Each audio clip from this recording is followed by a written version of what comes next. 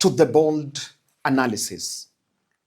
The Kenya Kwanza scheme of buying aspirants seemed to backfire, and the statement from Owen Bayer in Kilifi over the Magarini by-election is very ironical and poses a critical question to all the other aspirants vying for seats in UDA through UDA ticket on really whether the party believes on them. But in this podcast, I will actually demonstrate to you why President Ruto is worried about the critical Kilifi County vote. That vote, I'll explain to you why that vote is very critical and is giving the president deep state headache. Kindly subscribe to our channel, click the notification bell, and like our videos. I have also realized that most people who subscribe to our channel subscribe from UK recently. Yes, not UK, US recently. I have a big fan base there. So kindly subscribe to our channel. I want us to do the ratio from 4 out of 10. If you can do, why not give me 3 out of, why don't give you 7 out of 10? Maybe sasa hiyo by December tutakuwa tumefika huko, tutakuwa tumesonga huko 150 and I know we are heading there. So kindly subscribe to our channel. Here we do political analysis that is deep, well researched, with facts and figures and faces. Let's get there. In 2022 election, this candidate, Harrison Garama Kombe, was vying for the Magarini parliamentary seat on ODM ticket. This is the Harrison Garama Kombe. This is the gentleman, the aged, the more advanced guy you were seeing there in terms of age. And that by-election was highly contested. His main opponent was from UDA, and that was Stanley Karisa Kenga. This is the Stanley Karisa Kenga. So Stanley Karisa Kenga and Harrison Gombe faced each other. They were the two leading candidates for that by-election. Of course, there were other fringe parties. And by the end of that election, according to results from IBC, the gap that was there between ODM and ODM was only 21 votes. Yes. According to IBC, Harrison Kombe got 11,946 votes. That was the ODM, and he was forced closely by UDA, who got 11,925 votes. So the gap between number one and number two was only 21 votes. This was unrealistic. It cannot be that tight. I've been to Magarini. It cannot be that tight. And if you ask me, this is amongst the areas that if there was some vote manipulation was done in the coast. Something is not very clear there. So the ODM candidate won the seat according to IBC. But UDA, through their candidate Stanley Karisa, went to court and challenged that election process. And a Supreme Court, a 5-bench Supreme Court, annulled that election. That is what occasioned the by-election that is supposed to happen on 27th November. You need to know what triggered by-election were. By the one in Bere, their cabinet was, their MP, Jeffrey Rook, was appointed to cabinet. Kasipul Ongondowere was shot dead in Nairobi roundabout here. So that's why there's a by-election there. In Ugenya, their MP Opiyo Wandayi was appointed to cabinet. In Malava, Malulu Njendi died after, of course, suffering some illness. So those are things that occasioned those by-elections. So the one in Magarini was occasioned by that. I really want you to get that context because it's going to lead us to what I'm going to say next. Now, by the time the by-election was called, UDA and ODM were already in some bread-based thing. They're already working together. So in the spirit of broad-based administration, they made a decision that there were areas that ODM was to field a candidate and some areas only UDA. And one of the areas that was left for ODM was Magarini. Now, ODM decided to give a direct ticket in Magarini to Harrison Kombe, yule mwenye alikuwa ameshinda, yule mwenye alishinda yule mtu wa UDA, Harrison Kombe. And I was just doing some research and I realized even in by-election that happened in the run-up to 2022 general election, there were 9 candidates who wanted the ODM ticket for that seat. But now, in that by-election, ODM had to give direct nomination because there was only one candidate, and that Harrison Kombe. All the others, when walikuwa wanavai through ODM, hawakudi kutafuta na ODM. They're coming through some fringe parties. Now, so ODM gave Harrison Kombe, and now UDA decided they're not going to field a candidate. But DCP took that advantage. And DCP had a candidate, nominated a candidate there. That candidate was called Furaha Chengo Ngumbao. Furaha Chengo Ngumbao, who was first nominated by DCP, was actually an official of the party, was a NEC member of DCP. But he was approached by the state, by the deep state, and he resigned from DCP. So you know what happened? So William Ruto thought now he had outplayed DCP there. And of course, the reason why hakuwa anataka DCP, like even the one for Banisa was bought and stepped down. So the reason why he didn't want DCP to have a candidate then, because sababu hataki mambo ya one time iende. You know, the only way to stop one time is to make sure Rigathi doesn't go in many other places. To make sure Rigathi is confined within Mount Kenya here, Kajiado and Ukambani. And by the way, tunafaa kuongeleshe Rigathi sasa watoke nje. Hii Kajiado, Makueni, Kitui na Mount Kenya is not enough. But let me explain this. I don't want to lose the plot. After they lost, after the government bought Chengo, today, unaona ile candidate wa UDA, I mentioned his name there, Karisa, Stanley Karisa, was given a DCP ticket. So yule mwenye alikuwa amevaa na UDA ilimnyima sababu UDA haikufield candidate, he's gone for DCP. And by realizing that, Owen Bayer got very worried and was now saying, you know, we told Karisa not to go for the seat because there was nothing more he was going to do for the people. He's only going to be in parliament for some 8 months, then they leave parliament to go to campaign. Kuna mtu amedhulumiwa hapa, Stanley amedhulumu William Ruto. To sustain somebody every month, around 700,000 every month, for 3 years. Alafu unakuja tunamuomba, sisi tulimuomba kwa heshima. Tukamuomba kwamba kwa sababu imebakia miezi 10 kama 18 months only. Ndio tuende uchaguzi wa 2027. Hatuoni impact yeye atakuwa nayo on the ground akienda by election na ashinde. We didn't see the impact for how many months around, atakaa bunge like 8 months. Tuanze uchaguzi. So we asked him. Na hatuku make decision without him. We called him for a meeting, a high level meeting, and we tukamshauri, tukamwambia ile miezi imebakia ni kidogo sana. Very few months. You will not have any impact on the ground. And we have had candidates who have been elected for a short period. They have never seen parliament again. We have a case in Malindi, we have a case in Kisauni, and many other cases. And we analyze that, and tukamwambia Sally, it's not possible. We also had raw data from government agencies kwamba he's not likely to win. Maybe listen to Owen Bayer.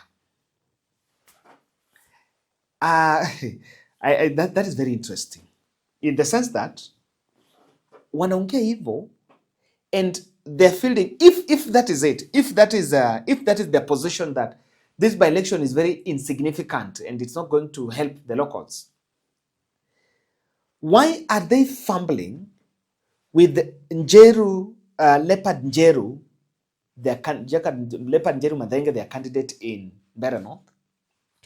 Why are they fielding David Ndakwa to vie for Malava seat? If they are saying that, we are trying to make way. And if there is something that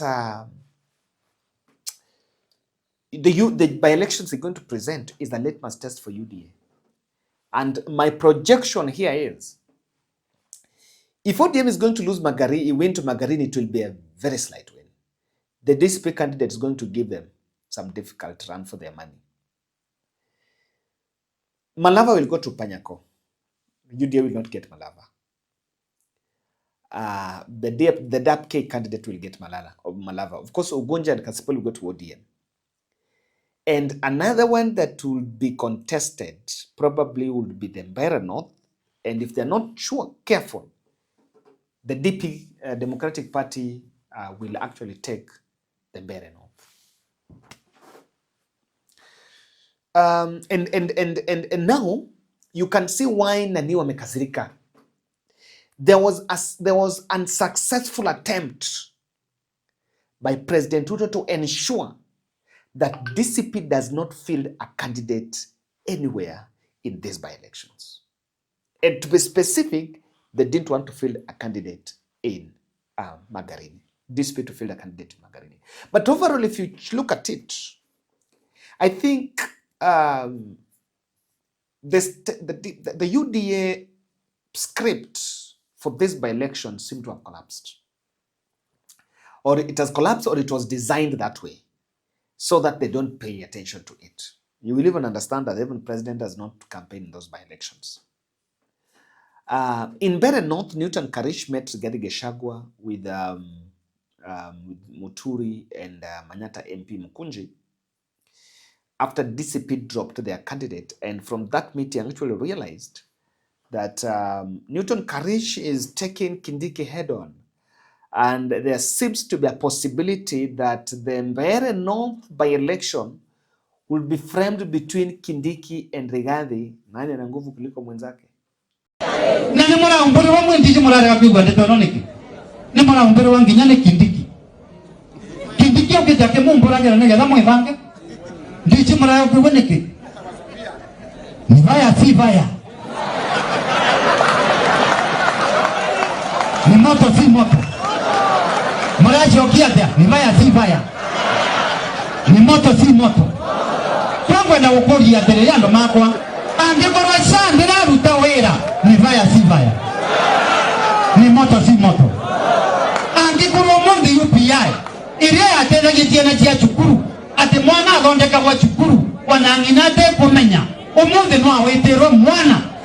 Ni moto si moto. Ni moto si moto. Ni kwamba na kumuri ya terere ati angikoro monde we orati nuambia siao sinyeleve na ndio jabara nyombe noere wate no bekenda huwa na kiendwa mondo wenge na ndaya notange abondi na ne wote niliwe mbia we ni moto si moto ni vaya si vaya kwamba na kumuri ya terere ndo makwa mwe kwamba na kumuri ya ati ando ne maukavara kwa karambare makiwa ate maukate empowerment medite ayuthi ngiri mirongo ire tentire ale bawe yale ya milioni zate na nginya presidential carpet ya milioni yagana na kioroge kando na bau milioni zate na muthenyezi wito meka milioni kebao isi cia ukatie gana na momenje te pole manje megani milioni 50 ciatumika mana lakini ngichokeria nzenzi ngado netona mamira makiwa kwangwenda kumuria milioni 50 igitumika vandu vatae manje wana barabara yaka kutika nambari temparo ni moto si moto ni vaya si vaya kwangwenda kumura muria umpurire mweterere tendui angaputiria umpurire.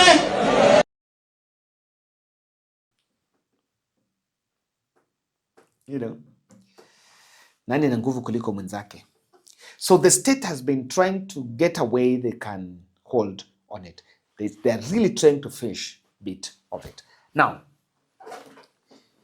you can look at why Ruto is very worried about KILIFI County. I'm just going to search because there is something I want to show you here. KILIFI County is predominantly, if you ask me, it's an ODM zone. ODM suits those seats there. You will utapata wanapatanga mingi sana. So it's predominantly an ODM zone. Even in the last general election, Raila Odinga who was on Azimio coalition, got 70% of the vote, and he got 164,850. William Ruto got paltry 64,000. And then Wajakoya got some 1,897, and then David Mwaure got 1,104. Now, if we check this number, ordinarily someone would actually want to inherit that Raila vote, because Ruto vote at UDA vote is also not so much guaranteed. If there is a place that president probably, when they sit down and analyze, if there is a place, and of course the turnout in that place was 49%. The total votes, total registered votes are 588,000, but the turnout was 49%. And here hapa na feeling ni kama kuna kahesabu kalichengwa. So you can, if you look at that, you will understand why it is very critical, and the president will not want to share that. He will actually want to inherit that Raila vote. And inheriting Raila vote is to ensure that the other opposition voices does not sink there. Now, the DCP candidature in Magarini would actually give them entry in KILIFI. They don't have network. Remember, the DCP party doesn't have grassroots network, a very strong grassroots network there. Even UDA doesn't have a strong grassroots network there. It only has the vocal leaders like Aisha Juma, who lost in the last general election. But ODM is a bit more rooted there. Now, if they will be able to win and get Magarini, if DCP party will be able to win and get Magarini, then that will give them an entry point. Remember, Mohamed Jichopevu is taking over Mombasa mobilization. I saw him meeting Rigathi and Kalonzo. And the point is, he's going for Mombasa governor's seat and is eyeing the Kikuyu vote in Mombasa and the Kamba vote in Mombasa, and could be there is a compromise for him to go for that seat. Even though I understand the agreement is he gets to Wiper party, the Wiper or DCP. So if they can be, if he gets a candidate and Karisa, if he gets Karisa the candidate, if he gets an MP seat in Magarini, then already ashapata venye ataingia KILIFI. Remember, the one term has to be blocked physically. Another reason why Ruto is very keen on blocking DCP in KILIFI, KILIFI is very disadvantaged. And the right word is underdeveloped. I am so keen on this. Last year in September, for those who had subscribed to this channel by that time, you can remember, we built some houses in KILIFI. The place we were building is this Magarini. Ndio maana nilikuwa nawaambia hizi by election zote mimi nafaa kwenda KILIFI. Nizifuate nikiwa KILIFI. So the KILIFI is disadvantaged. But naweza change niende Mulima. KILIFI is disadvantaged, and because it is disadvantaged, it is a bit underdeveloped. It tends to slide on the side of opposition. I don't know whether William Ruto has done much for now them to get convinced that we have this government and the government has done something. So that is why the president does not want opposition voices there, because they will listen to those voices. Watasikiza. They will listen to those opposition voices, because for quite so long they have been disadvantaged. Now, the other reason why the KILIFI one is a headache for president, ODM loss would actually spell some red card for many of leaders who'd rather vie in UDA. Let me tell you. Moving forward in 2027, you know why even William Ruto wants a working relationship with ODM? The leaders like those who come from coast and maybe some areas like coast and maybe some areas like northeastern or Kisii, who ordinarily they would have wanted to vie for the positions but through ODM. So the collapse of ODM would also disadvantage the UDA side. And that's why you see those candidates are also trying to vote for ODM. But all in all, the politics of stifling political rights by ensuring that so and so does not reach where and there, I don't think it has a space in this country at the moment. Ladies and gentlemen, thank you very much. Let's meet in the next.